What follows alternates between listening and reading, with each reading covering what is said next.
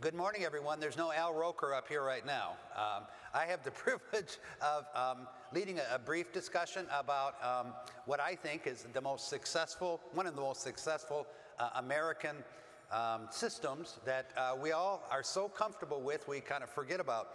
If you think about the impact of the pandemic and how important it was for businesses to be able to pivot and how crucial it was for them to have a way to transact those kind of transactions online or remotely. The electronic payment network provided the kind of underlayment that made possible a lot of things that happened in the COVID era. It served America well for the last 40 years, but interestingly enough, it's under attack both at some state levels and at the federal level. We're going to talk a little bit with some experts about why would Congress or legislatures want to interject themselves into this system and what the reasons are. First, I'm going to ask Julian to tell us a little bit about his perspective on the federal issue. Sure. Well, you may be familiar with some legislation passed as part of the Dodd-Frank Act in 2010, known as the Durbin Amendment. There was an amendment passed that capped fees that issuing banks could charge, large issuing banks, banks with capitalization over 10 billion, that could charge for the transaction, basically, on debit cards. So the premise for that was that these transactions were costing merchants too much, that if they were capped, the benefits would flow through from the merchants who would, in their wisdom, reduce prices and consumers would all benefit. In reality, fees were capped, but almost none of those benefits went to consumers. Meanwhile, the banks lost in the region of $6.5 billion a year as a result of this. And what did those banks do? Well, they're not going to make a loss on their business, so they had to recoup their fees in other ways. Did it mainly by increasing monthly fees to users of the banking system, the consumers, and raising the minimum level necessary to have a checking account, which went from about $200 to about $700, I mean, on average for these larger banks. A really big hit, especially on poorer consumers. We did some work back in 2014. We estimated that several 100,000 people probably left the banking system as a result of that, ended up relying on payday loans. So that's the background to this. Now, in spite of the damage done by this original Durbin Amendment, Dick Durbin's come back, and he wants to do it again. But he wants to do it this time for credit cards. So he and Roger Marshall, J.D. Vance, have got a proposal in that they're calling it, it's a bizarre name, the Credit Card Competition Act. And this Credit Card Competition Act would require issuers of credit cards to allow competing networks on their cards. The consequences of this, it's a little bit obscure. It sounds like it's a good thing, like create competition, but actually right now there are tight agreements between card issuers and the networks, Visa, MasterCard, and so on. And those agreements enable the card networks to monitor all the transactions. So, you know when you get a fraud alert on your card? That's happened because every single transaction that is processed is being monitored. And if you do something unusual or look like you're doing something unusual, the network tells the issuer that there's a problem and hold on this transaction, tell the card owner not to do it. Well, that's possible because all of the transactions on that card go through the same network. The other thing that it makes possible is the payment of interchange fees at a set rate. Again, it's a contract between the network and the issuer, which enables those issuers to offer cards of different kinds. So, for example, I don't know how many of you have rewards cards. A majority, probably, that have, your airline rewards or hotel rewards or shopping rewards. Well, those rewards are made possible by this interchange fee, which is paid ultimately by the merchants. But it's only possible to do that if that agreement is in place, and if you force the issuers to allow competing networks on their card, you break the chain on both on the fraud alerts, and you break the chain on the reimbursements for those rewards. So there's a great risk, I think, that if the Credit Card Competition Act were to come into being, that there would be a massive decline in the ability for issuers to compete with one another on these services. So you've got this perverse effect on competition. So there you go. So Grover, we've got willing partners contracting to have a system. I'm a retailer. I contract with a bank to process. There's a contract between an understanding between the customer and the cardholder. Why would Congress be interjecting itself into what's a robust, competitive marketplace and setting prices? For the same reason politicians have been doing this for about 4,000 years. They're not needed in a particular area. Everything's going fine, and they would like to jump in on behalf of one party against another and then get credit for it. It's annoying. You'd think after 4,000 years, price controls would have failed so many times to do. And as you mentioned, Durbin, the Democratic senator from Illinois, has stolen this idea from antiquity and plagiarized stupid on his own. But everything he told us would happen when they passed this bill, and they hand the regulations over to the Federal Reserve system. One of the things that we're trying to do these days is to take a look at the Constitution and ask if the Federal Reserve System or the ICC or the FDA, any of those things are mentioned in the Constitution anywhere, or whether there's anything that says Congress is allowed to go create some structure which will manage things. No.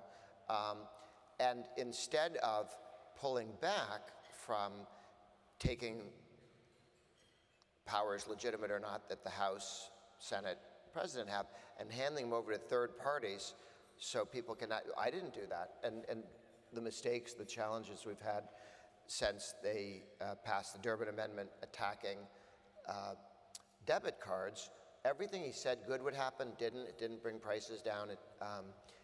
There were all sorts of bad things that he didn't mention that did happen, such as losing rewards and so on. Now he wants to do the same thing for credit cards that he did to people with debit cards, and he learned nothing from all of the failures of his first plan, so now he wants to do it again.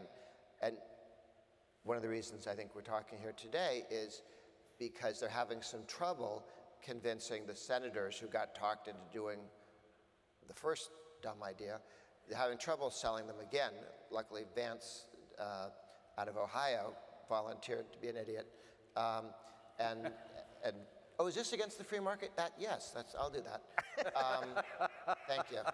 I don't know why he didn't stay in Appalachia, but anyway, they're having trouble selling senators on doing this again. So now they're trying to go to state legislators who may not have noticed this, didn't get a lot of it. Really bad ideas in Washington don't get a lot of attention because the left doesn't want them to get a lot of attention because then people might stop them. So now they're trying to move it through the state level to set up similar structures to regulate the relationship between credit card companies, banks, and retailers and so on. Slightly different, but really completely the same price control. Right. Julian, the price controls and caps on interchange have been implemented in other countries. Can you tell us a little bit about the Australian experience or the European Union, where they've surged ahead of us in idiocy, you know? So Australia was one of the first out of the gate in this idiotic spree to change the relationship between the networks and the banks. Now in Australia, they have their own sort of state-sponsored debit system called EFTPOS. And the Reserve Bank of Australia implemented caps on interchange fees about 20 years ago, the intention of which was actually 20 years ago, 2003, the intention of which was essentially to move transactions away from credit cards and towards the use of EFTPOS and cash. And it kind of worked. EFTPOS still sucks, but you've got an EFTPOS card, you can't use it internationally, etc. But people did switch their transactions somewhat. And they did so in part because the issuers, because they weren't getting the same interchange fee rates, significantly reduced rewards and increased annual fees.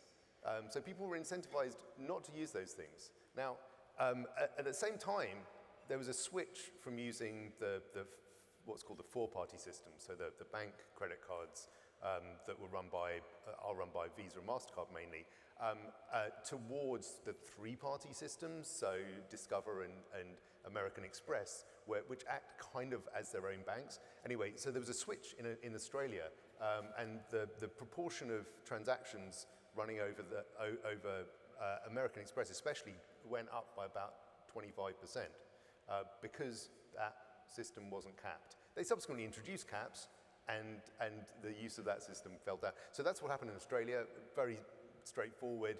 You put a cap on one thing, you force people to end up encouraging people to do something else.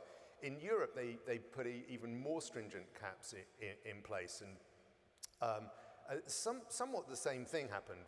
Rewards basically went away. If you're in Britain, which implemented this before Brexit and has carried on with the same system, so if you look now to look at credit card rewards in the UK, what's the best available? Literally the only cards, or pretty much the only cards that have any significant rewards are American Express cards, because they're not subject to those caps. So it really massively adversely affects competition over the supply of good things. So when you artificially suppress the price, what happens to access to credit? I mean, what happens to the bank's willingness to compete against each other if there's not margin? I mean, isn't it kind of a slow crawl to the bottom? You could call it it's a balloon effect or a waterbed effect. So what happens is the banks seek to recover costs in other ways. So the other thing that happened in the EU, and this is a study commissioned by the European Union itself and produced by Copenhagen Economics and Ernst & Young, so we can take it as fairly reliable, I think.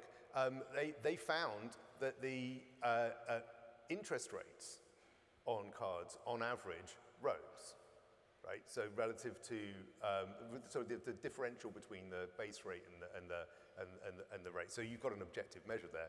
So they were recovering their costs. So it's the wisdom of central bankers in Australia, in the European Union, and now our Federal Reserve that's leading us to this visionary pathway. Is this the right time, Grover, for us to be punishing local banks and credit unions and making their revenue streams kind of subject to the whims of Congress? I mean, it seems like the Federal Reserve has already stressed out the banking system. What's really going on here?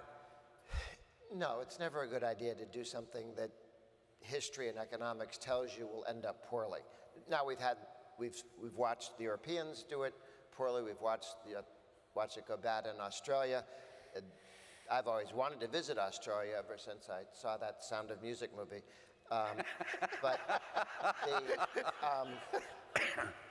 We should learn from other countries that do something that don't work. We should also learn they do it to debit cards. Now they want to do it to credit cards.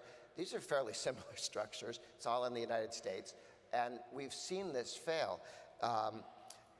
Good news that those states that had bills like this at the state level, versions of this, that failed, were stopped. Alabama, Florida, Georgia, Idaho, North Dakota, Tennessee, Texas, have all had efforts that failed. So they're coming to a state near you. Watch for it. One thing that keep an eye on, there is a challenge where some different companies were saying, well, we're going to keep track, like credit card companies, we're going to keep track of who buys a gun. and maybe the government could get their hands on that. This effort to regulate credit cards does not stop that. It has nothing to do with it. Every once in a while, we've seen in some of these states, they go, oh yeah, that'll fix this. No, it won't. Matter of fact, it will lessen the privacy of your purchases to go with the new regulation. So don't let somebody tell you that this protects the privacy of gun owners. It doesn't. But it has fooled a few people that we were kind of surprised, got talked into, oh yeah, I'll help on this. Watch for it. I think we're going to beat them at the federal level, and we have been beating them at the state level with these efforts, but they'll keep coming back. Someone will try and, the way you know it's a really bad idea is Dick Durbin keeps trying to stick this, and did the last time, on another bill. He doesn't, if it was a really good idea, stand alone, look at this. Don't mess up my bill with your stuff. This is such a wonderful bill, everyone wants. No, he hangs around, he waits until a train's about to leave and announces he's going to blow up the train unless you take his bill with it. That's a real hint that he knows it doesn't pass the laugh test. Yeah, so when you hear that a bill's being proposed that's supposed to help small restaurants and take care of small merchants, and it sounds like bread and butter, and you get to punish the banks, beware, because there's a lot more in that bill than you would expect.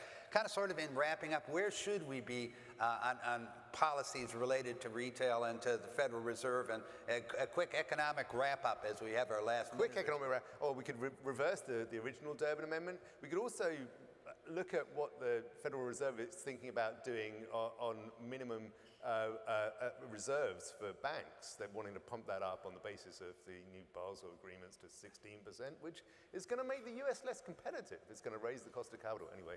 So, yeah. Last words, Grover?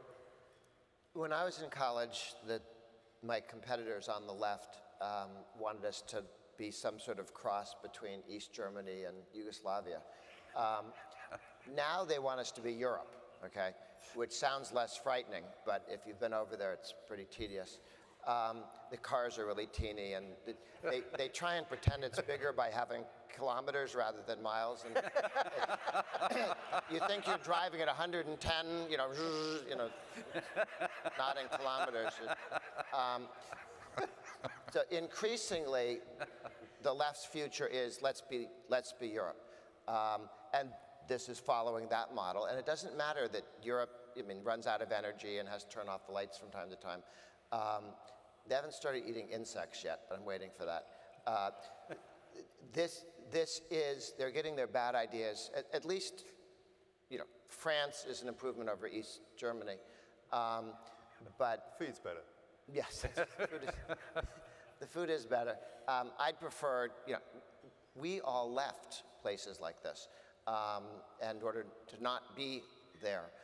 And I'd prefer that we don't drag some of their less useful ideas and statist policies over here. And again, it's not overnight awful. It's just reducing the ability of companies and to compete, of consumers to choose what they want to do, just a little bit here and there. And who needs hot water in the morning? The sort of stuff that the left keeps adding onto. The lights have to convince you have glaucoma, and on the Sabbath you have to keep the green glass from the brown glass from the white glass for the recycling priests. All of this is just more of that nonsense. So our chant ought to be, as we walk out of here, based on the policy views of these gentlemen, myself, is, hands off our credit card. Stay out of a system that works well for millions of customers, for thousands of banks and credit unions, that has a competitive, robust 14-network system. Leave it alone. Don't try to make it better with help from the Federal Reserve. So would you all join me in a rousing thank you to these two gentlemen for their time this morning?